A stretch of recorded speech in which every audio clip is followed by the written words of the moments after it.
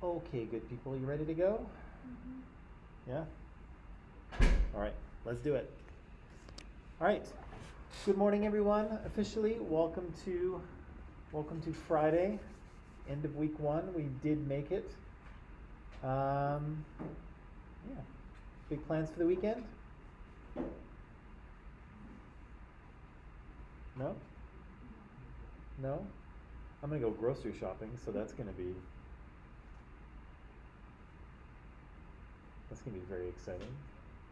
That's it? Nothing? You guys aren't gonna go out or do anything? No plans yet? Yeah. But plans may Yeah, maybe. occur.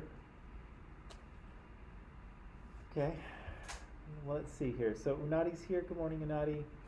Ben's here. Good morning again, Ben.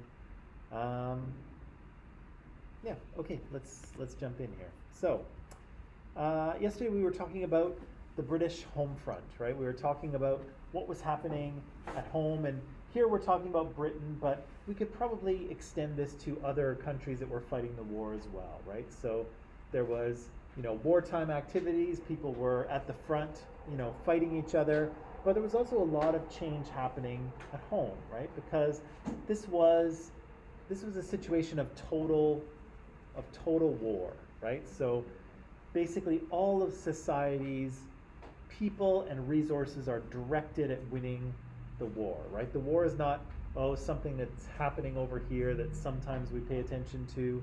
It is, it is affecting every part of society. And so we read the just short 2 pages from the text yesterday that tried to describe what was happening. And we said that women were entering the workforce in huge numbers. I think the video we saw was quoting thousands, if not millions, of women entering the workforce for the first time because, of course, men were off fighting the war.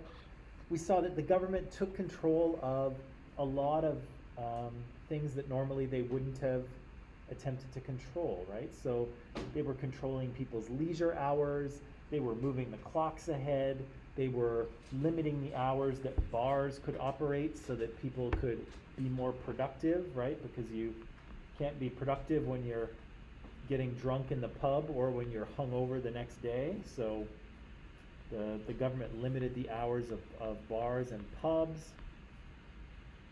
And as a result, we saw some social changes, right? Women were empowered. They had their own jobs. They had their own money. They didn't have to rely on their husbands or their fathers quite so much. Um, we also saw that the sort of social structure of Britain was affected because the practice of rationing meant that richer people found it harder to kind of indulge in the luxuries of life, but people at the bottom end of the social ladder actually wound up having more money, right? More disposable income, and they could afford luxuries like fur coats and gramophones and pianos that maybe in the past they wouldn't have been able to do, right? So there was kind of a shake up in gender roles, a shake up in terms of, you know, the roles of men and women, a shake up of the social structure of Britain, but also a shake up of people's kind of morals and kind of behavioral norms, right? And so, again, sometimes you see this happening during war or after war. Again, I said there's kind of a YOLO effect, right? People recognize that, oh gosh, life is short. All these people are out there dying in the war. You know, let's just forget about the rules and go crazy, right? And so there is a little bit of that happens sometimes during wars or after wars where people kind of loosen up, right? Become less conservative. People don't follow the rules quite so much. And so we see that with more drinking, more dancing, more people going to bars or nightclubs, people entertaining themselves at movies and things like that. And so, because again, people want to live, right? And war can be kind of a depressing, you know, sort of a depressing, soul-sucking exercise, much like school. No, no, no laughs, nothing, nothing for that. Okay, moving on. Right. So we talked about all these things yesterday. And again, the thing that the video mentioned to us is that it also changed women's political empowerment. And so some women gained the right to vote during this period. Now, right, so we watched the video, we talked about that, that's fine.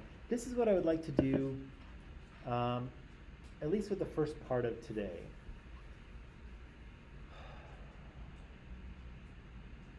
Do you think that there are some parallels between what was happening at home in World War I and what we're experiencing now with this whole COVID pandemic thing? Do you think those two situations are kind of similar in any way?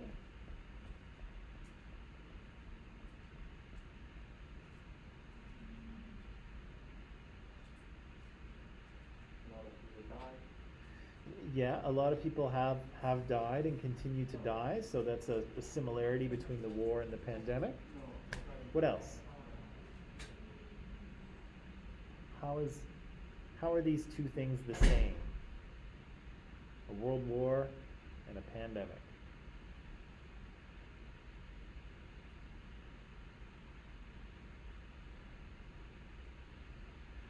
People have died, for sure.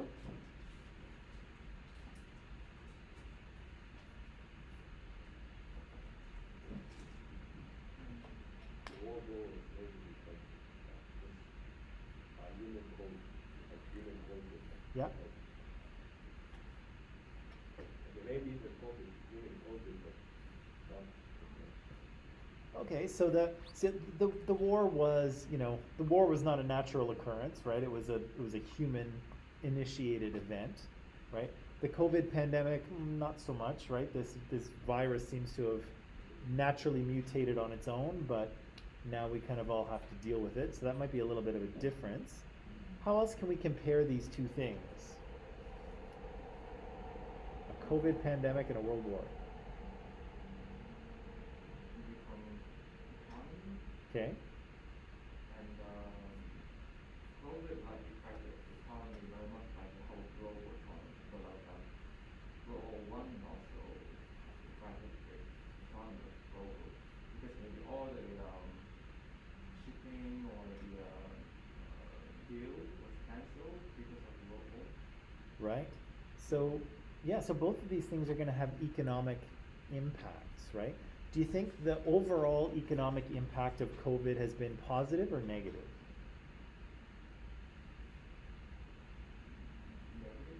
Negative. Negative? Yeah, what do you think? Yo-ya? Positive? Negative? Negative?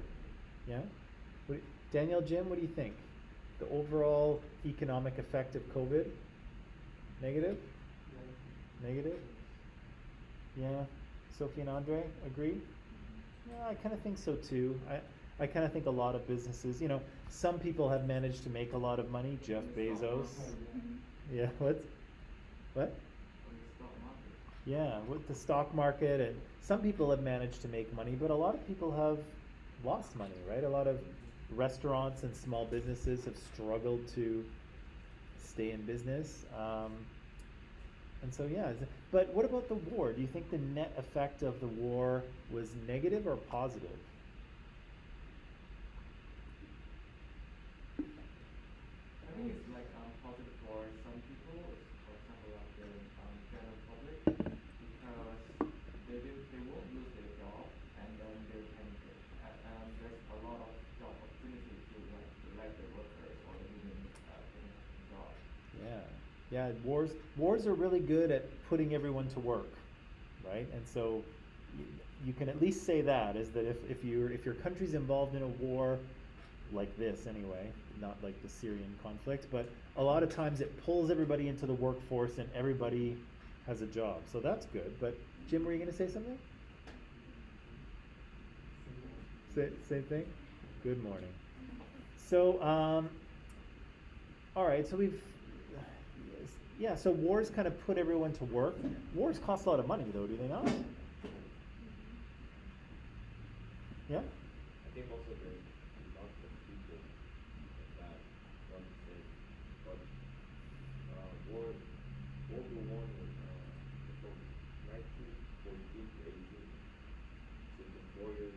But if you suppose COVID was also 4 years, I don't think death would not be higher. I think COVID death would still be lower. Definitely. So the World War One was certainly more lethal to people than COVID has been. Absolutely. Kind of where I want to go with this is the changes in society, right? And this is kind of what I'm wondering, because we've been talking here about how society changed as a result of the war, right? And we've heard about women and economics and things like that. And I'm kind of curious about how society will change as a result of COVID. Andre, what were you going to say? People are still scared to get out and the same old work. And also people are still losing their jobs. Right? People are still losing their jobs. People are afraid to get out. What do you mean? Scared to get COVID. Yeah, they are, right? Yeah. So there might be some similarities here, but this is kind of what I want to talk about. So I have an article that I've found that discusses this very thing, that the COVID-19 changes that could last long term, right? So here, when we're talking about the British home front, it's already happened, right? So we're well on the other side of World War I. World War I ended 103 years ago. So we have a clear picture of what happened during the war, and of course what happened after the war, right? We can very clearly see that by looking at the past. But with COVID, it's different because we're kind of right in the middle of it, right? We don't really know what it's going to look like when we come out the other side of this experience, right? We don't know how society will change. We're just kind of guessing. But here, I would like to read this article, and I would like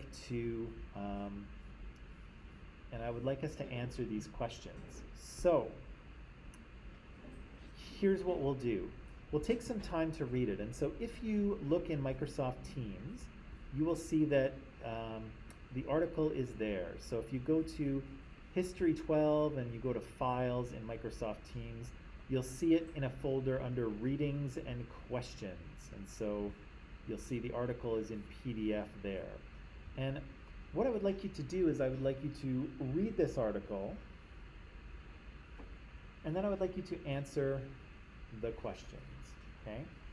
So 4 questions. Number 1, what broad societal changes does the article identify as a result of the COVID-19 pandemic? So, yeah, how will society change as a result of this experience?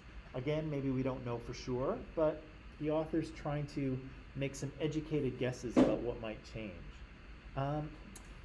This is a bit more of an opinion question, but I want to know which of these changes do you think would be the most significant, the ones that would have the most impact, the ones that are a big deal, okay? How can we, and I was kind of asking you this already a little bit, but maybe how can we compare or contrast these changes to the changes we talked about, on the British home front in World War I? And then finally, what kind of things do you think will stay the same after COVID? What kind of things will, maybe things were a certain way, and then in the pandemic, maybe we had to change things, but what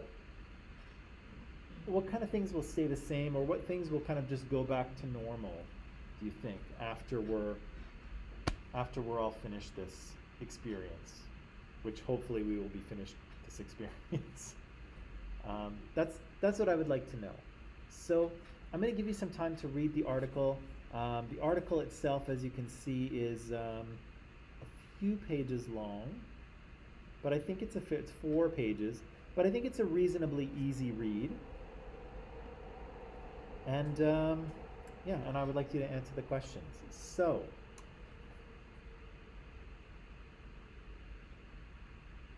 yeah, let's start reading, okay? So I'm gonna put 12 minutes on the clock, and then after 12 I'll kind of check in with you and just see where you are and how it's going, okay?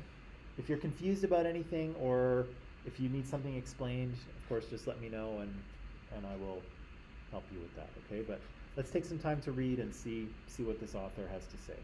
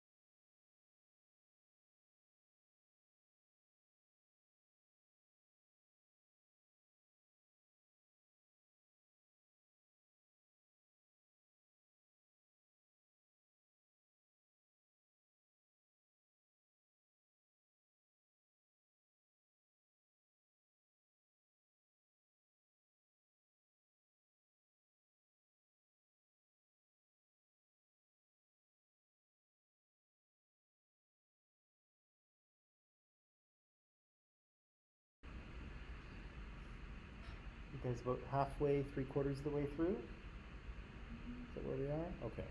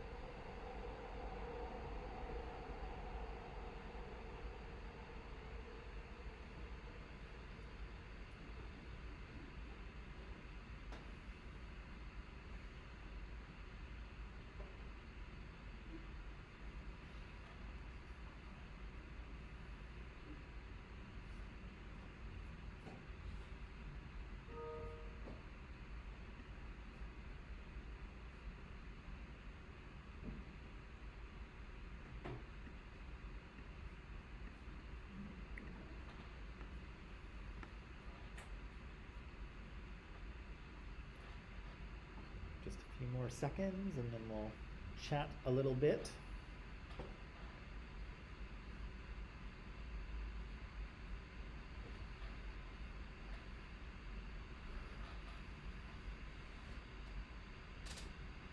All right. Okay, so very interesting, I think. The author has pointed to a few kind of societal changes that they think might occur or sort of continue on after the pandemic. Give me one thing that, give me one kind of societal change that the author mentions. What's one thing?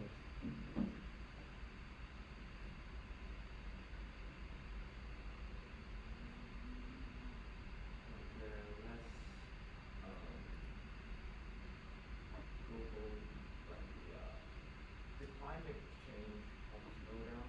Yeah. There are no factory, the less cars, less factory, and then so yeah, the environment improves because of the human activity that has reduced, and then not only by the factory and maybe somewhere in some countryside that which has less people to go to, and then the environment is even better. Yeah, sorry, just one second here.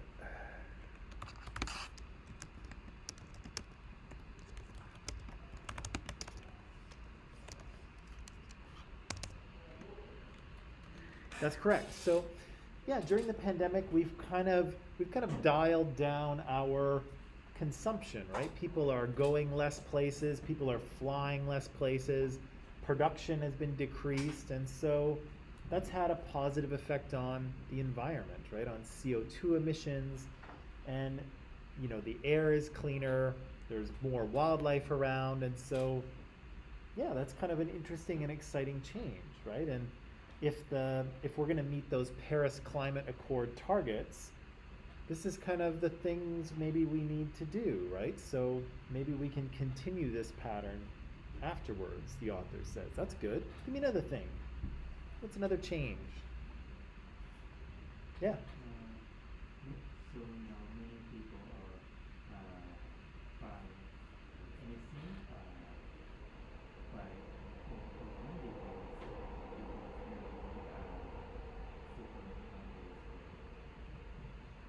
their shops Say the last part of that again. many times people never shops are close now.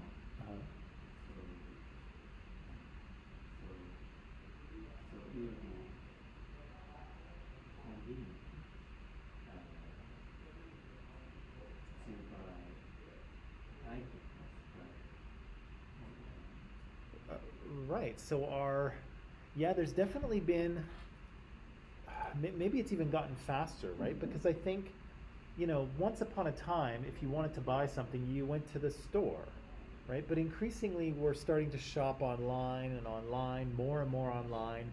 And then, of course, in a pandemic, all the stores closed down, and you like have to shop online. And so, I wonder what's going to happen to all of those stores, right? I wonder if shopping online will become the normal thing, right? And you know, going to a store would be like, that would be weird, right?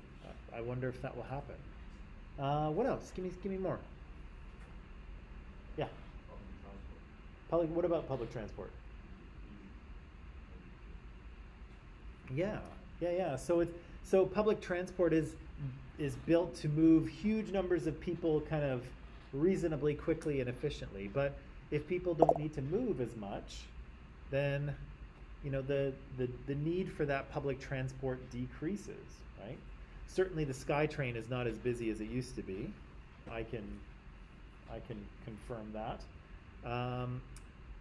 But yeah, so public transport may be less important. What else? Other societal changes. Yeah.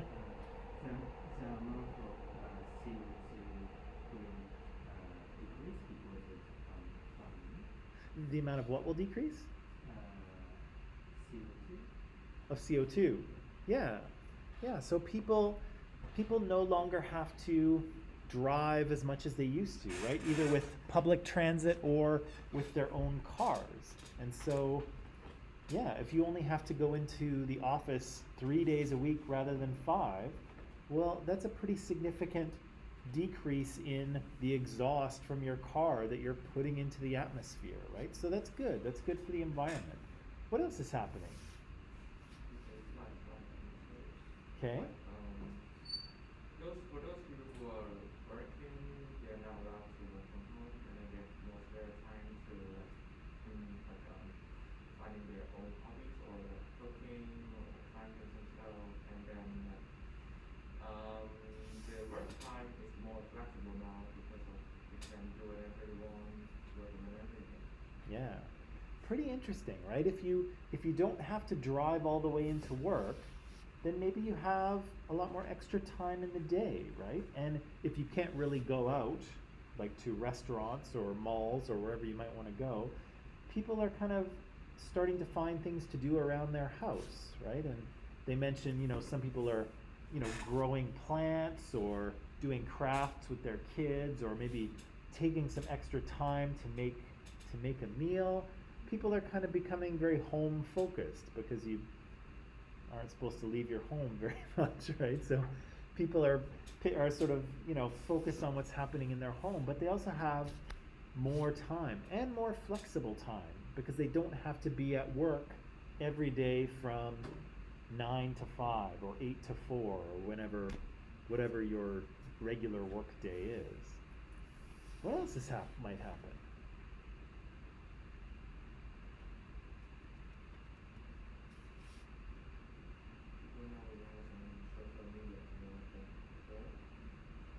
Yeah, people are very heavily relying on social media for, I guess, social contact, right? Because we can't see our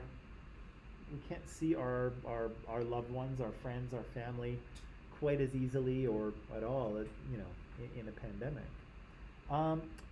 Let me ask you guys this: before COVID,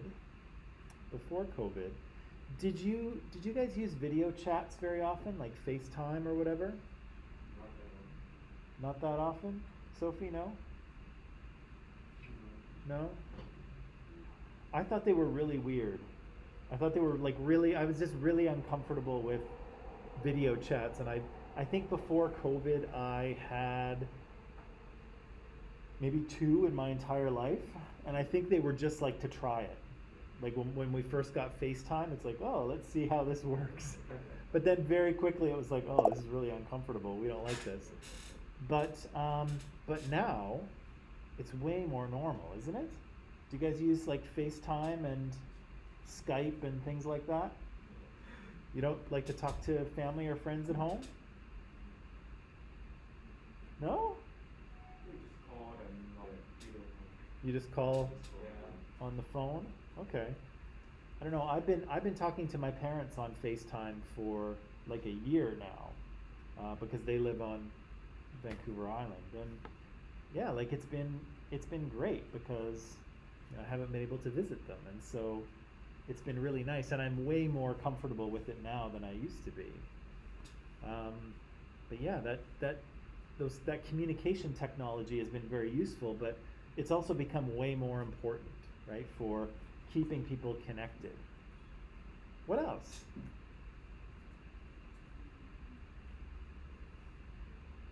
Also, if you want to add something in of your own that the author didn't say, I'd love to hear that as well. Education. Education? Yeah. What about? I feel like probably even after the pandemic, a lot of people still have online stuff to teach more convenient than devices. Yeah, so after the pandemic, the education may to some degree stay online because it's more convenient, and we've kind of proven that it's possible, right? But can I ask you guys, how do you feel about that? How do you feel about online education? Good, bad? Both have like pros and cons. Yeah, like what? The benefit side is like it's very convenient to study, like study whenever you want, and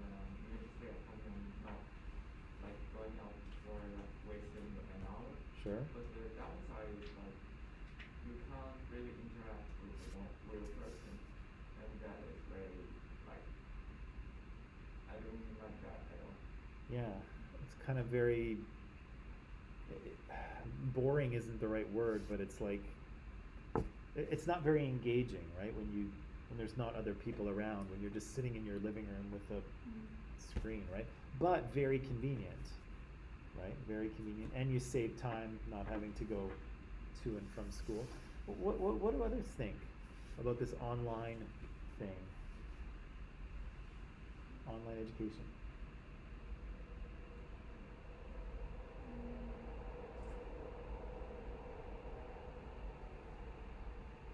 Sophie, what do you think? Is it the wave of the future? Or is it just something that works for now? I don't know.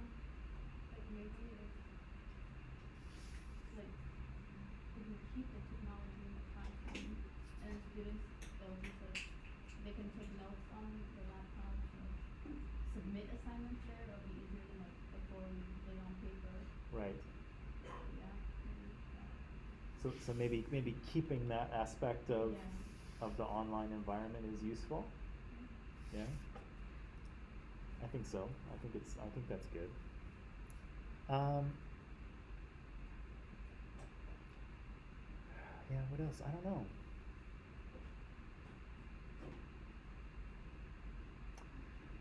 Maybe FaceTime would be fun.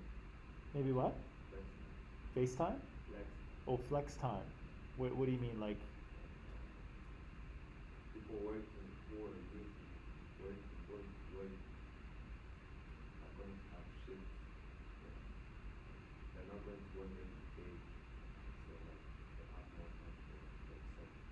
Yeah, and yeah, so or just allowing people to maybe work when it's most convenient for them, right? Or when maybe when they're most alert, right? Some people are not morning people, right? So what if you didn't have to start that early and you could work until later if that was better for you, right? What if you had to pick up your kids and drop them off at school, right? You could not work for those hours and then you could kind of work in between or around them, and that could be much more helpful, right? Yeah, what else? Anything else?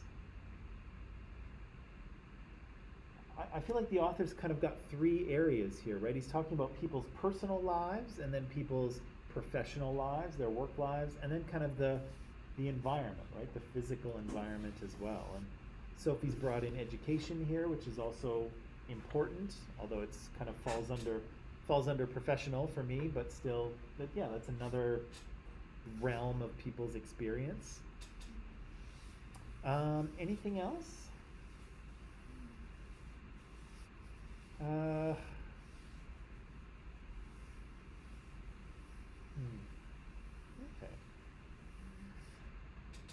Would you like to take a little break at this point? What, in 5 minutes? Why? Because it'll be 11? Okay. What do you want to talk about for 5 minutes? Babies that were born in the pandemic. Babies that were born in the pandemic? How do you think they're gonna grow up? Like, it's probably gonna be different because they probably spend the first year of their lives just indoors. Yeah, what do you think it'll make a difference to those babies that were born? The babies don't never introduce food. Yeah, no, Probably. but I've seen like videos of people bringing their babies into like supermarkets for like the first time after a year. Yeah. And they're just like, it's like an amusement park for them. Yeah, I bet. Well, I think it usually is anyway, but Yeah. especially the cookie aisle. But yeah, I wonder if that will. I wonder if that will make a difference. Or even like toddlers, you know, they're in like that stage where they absorb everything. And then the first stage of their life is like no pandemic, and then suddenly there is a pandemic, and then they're like, why can't I go out? Yeah. That might affect their lives later on.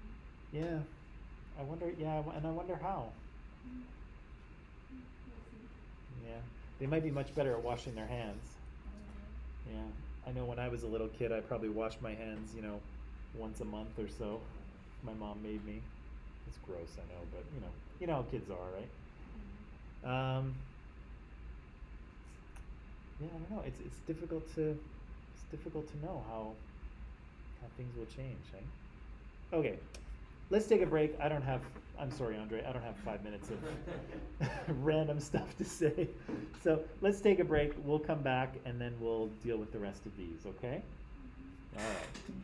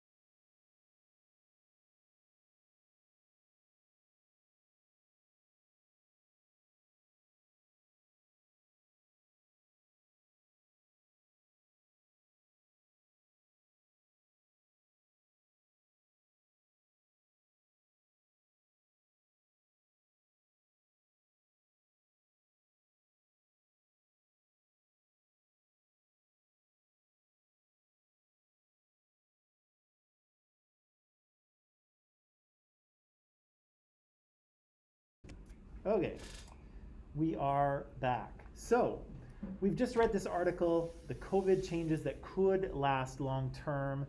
This author has suggested a number of ways in which changes to people's kind of social behavior, their home life, their professional responsibilities or their work life, the natural environment, how those things could change. And we highlighted a few of them just before the break. Now I've got three more questions for you here, in which I'd like you to answer. The second one here talks about which one of these changes is the most significant.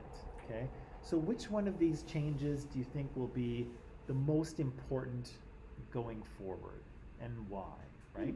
So I think that, you know, if we look back at the British home front, the article or the section of the textbook we read, what do you think was the most important change that we read about in that section? What's that? The gender roles, and kind of what about them?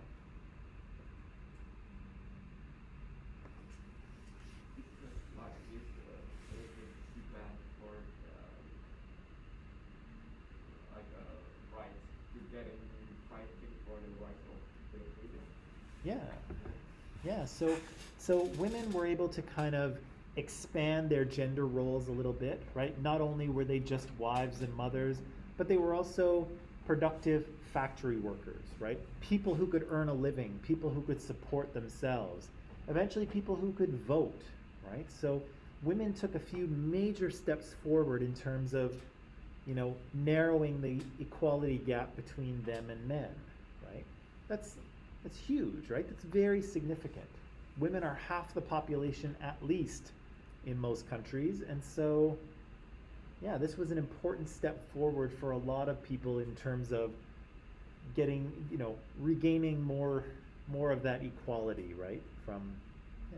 So that's perfect, right? So that was a significant change that we read about. So I would like you to do the same for this one. Come up with a significant, which one is the most significant and why do you think so? Okay? Number 3 here is how can we compare and contrast these changes to the changes in the British home front in World War II? So, what does it mean to compare and contrast?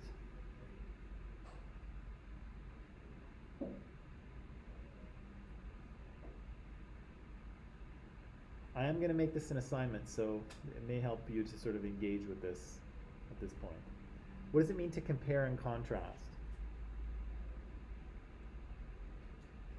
Or have you heard teachers kind of assign you something and ask you to compare and contrast, or do people not say that? Okay. Basically what it means is, how are things the same and how are things different? When you compare things, you say how they're the same. When you contrast them, you say how they're different, right? So how does this situation, this COVID situation, how is it the same as the World War I situation, and how is it different? Okay? And finally, this is kind of a bit of a personal opinion question, but my question for you is, what kind of things do you feel will stay the same after COVID as they were before COVID? Stay the same I'm not sure if that's grammatically correct, but I think you understand what I'm saying, right? What things may have changed during the pandemic that will sort of go back to normal or go back to the way they were? Okay? Is that okay? Does that make sense? Do you have any questions for me at the moment? No? Okay. So I'm going to assign that in Microsoft Teams, so the assignment itself should pop up in just a few seconds, and then I will give you the rest of today's class to work through those 4 questions, okay? I think probably questions 2 and 3 are probably the more detailed ones that I'll look for you to kind of explain things. Question 4 is probably a short question. Question 1, you could probably answer in point form, right? You could probably just do a few bullet points and explain it that way, okay? Coolio? Okay, I will turn you loose to start working. And online people, same thing, I'll turn you loose. I'm gonna end the live stream now because I don't need to live stream nothing. But if you have questions, you can always message me. I'm still here in front of the computer. I'm just gonna end the stream. So online people, the assignment is there for you in Microsoft Teams. Have a great weekend. And the assignment I'd like you to hand it in by midnight tonight if you can, because it shouldn't be too long, and you should have enough time to do it here in class. But we'll see how that goes. But anyway, I'll see you on Monday. Have a great weekend.